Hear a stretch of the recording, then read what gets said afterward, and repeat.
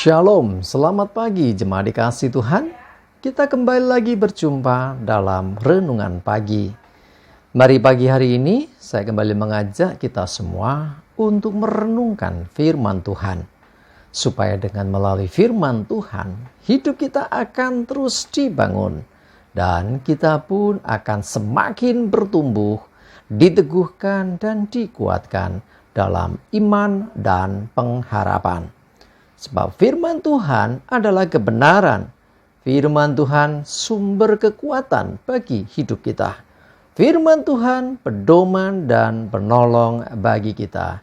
Dan bahkan firman Tuhan jugalah yang akan senantiasa menuntun kita dan menerangi setiap langkah hidup kita. Mari jemaat dikasih Tuhan. Sebelum kita merenungkan firman Tuhan pagi hari ini, kita akan berdoa terlebih dahulu. Bapa di surga, kembali pagi hari ini kami datang ke hadirat-Mu. Kami naikkan segala puji syukur ya Tuhan atas segala kebaikan-Mu di dalam hidup kami. Atas begitu besar kasih setia-Mu ya Tuhan. Begitu besar rahmat dan anugerah-Mu. Segala berkat dan kemurahan-Mu, perlindungan-Mu, penyertaan-Mu, pertolongan-Mu, dan juga bahkan pemeliharaan-Mu atas seluruh hidup kami. Terima kasih ya Tuhan. Dan pagi hari ini kembali lagi kami akan merenungkan firman-Mu. Mari Tuhan singkapkan dan nyatakan kebenaran firman-Mu. Dan Roh Kudus urapilah kami ya Tuhan, sehingga kami bisa menangkap apa yang menjadi pesan Tuhan. Dan kami mengerti akan kehendak-Mu ya Tuhan, serta melakukan kebenaran firman-Mu di dalam hidup kami. Terima kasih ya Tuhan. Di dalam nama Tuhan Yesus kami bersyukur dan berdoa. Amin. Mari jemaat dikasih Tuhan, sama-sama kita akan buka Alkitab kita. Dan renungan pagi hari ini sambilkan dari Lukas 8 ayat 22 sampai 25. Saya bacakan. Pada suatu hari, Yesus naik ke dalam perahu bersama-sama dengan murid-muridnya. Dan ia berkata kepada mereka, "Marilah kita bertolak ke seberang danau." Lalu bertolaklah mereka. Dan ketika mereka sedang berlayar, Yesus tertidur. Sekonyong-konyong turunlah taufan ke danau, sehingga perahu itu kemasukan air dan mereka berada dalam bahaya. Maka datanglah murid-muridnya membangunkan dia. Katanya, "Guru, Guru, kita binasa." Ia pun bangun, lalu menghardik angin dan air yang mengamuk itu. Dan angin dan air itu pun reda dan danau itu menjadi teduh. Lalu katanya kepada mereka, "Di manakah kepercayaanmu?" Maka takutlah mereka dan heran. Lalu berkata seorang kepada yang lain, "Siapa gerangan orang ini sehingga ia memberi perintah kepada angin dan air dan mereka taat kepadanya?" Jemaat dikasih Tuhan, kisah ini tentu bukan hal yang baru. Kita sering mendengar khotbahnya, sering membaca tentang hal ini. Ya, satu pelajaran yang luar biasa kita bisa ambil. Yesus bersama dengan murid-murid dalam satu perahu.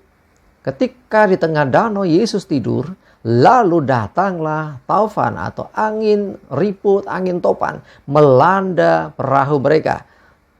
Situasinya mencekam karena air mulai masuk ke dalam perahu. Saya yakin siapapun kita kalau di situasi seperti itu juga tentu paniknya luar biasa. Bayangkan ya, air masuk ke dalam perahu. Ini berarti ancaman serius. Dikatakan bahwa mereka berada dalam bahaya. Nah, ini masalah mulai timbul. Dalam kepanikan itulah mereka membangunkan Yesus yang memang saat itu tertidur. Dan ketika Yesus bangun, dia langsung menghardik angin itu. Sehingga angin menjadi tenang. Ya, airnya pun tidak ngamuk lagi. Sehingga danau itu teduh. Nah, kemudian apa yang terjadi? Yesus menegur murid-muridnya. "Di manakah kepercayaanmu? Di manakah imanmu?" Kenapa Yesus menegur, di manakah imanmu? Bukankah situasinya memang menakutkan? Ya, satu hal yang serius menurut saya harus diperhatikan. Yesus ada bersama dengan murid-murid. Ada Yesus bersama dengan mereka.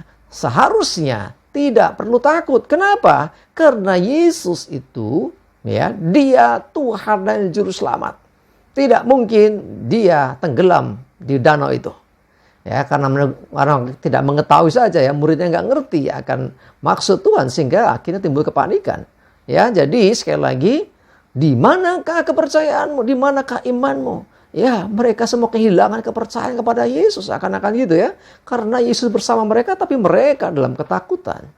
Nah, pelajaran berharga buat kita adalah Yesus pastikan ada dalam perahu hidup kita. Pastikan ada Yesus bersama dengan kita. Nah, ketika Yesus ada bersama dengan kita bukan berarti tanpa masalah. Bukan berarti hidup kita itu lempeng-lempeng saja. Ya, tidak. Yesus bersama murid-murid dalam satu perahu dan ternyata badai pun datang. Nah, kenapa badai datang? Ya, bisa saja. Ya, tetapi bukan masalah badainya, ya, yang harus diwaspadai, tetapi justru yang diwaspadai iman kita. Ingat, yang menenggelamkan perahu itu bukan air yang di luar. Di luar perahu banyak angin, tapi memang air yang masuk bisa menenggelamkan. Tetapi yang lebih berbahaya adalah ketidakpercayaan mereka bahwa Yesus itu ada bersama dengan mereka. Seharusnya bersama Yesus tidak ada yang mustahil. Bersama Yesus pasti ada pertolongan. Bersama Yesus ada jalan keluar.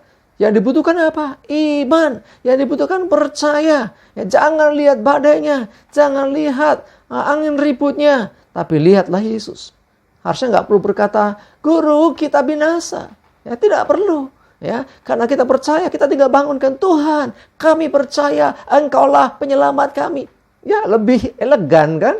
Tetapi sekali lagi, ketakutan, kepanikan membuat orang akhirnya goyah iman. Hati-hati. Ketika engkau dalam badai kehidupan, badai masalah datang dalam hidupmu, pastikan ada Yesus bersama engkau. Dan engkau jangan sampai berkata, Yesus kita binasa.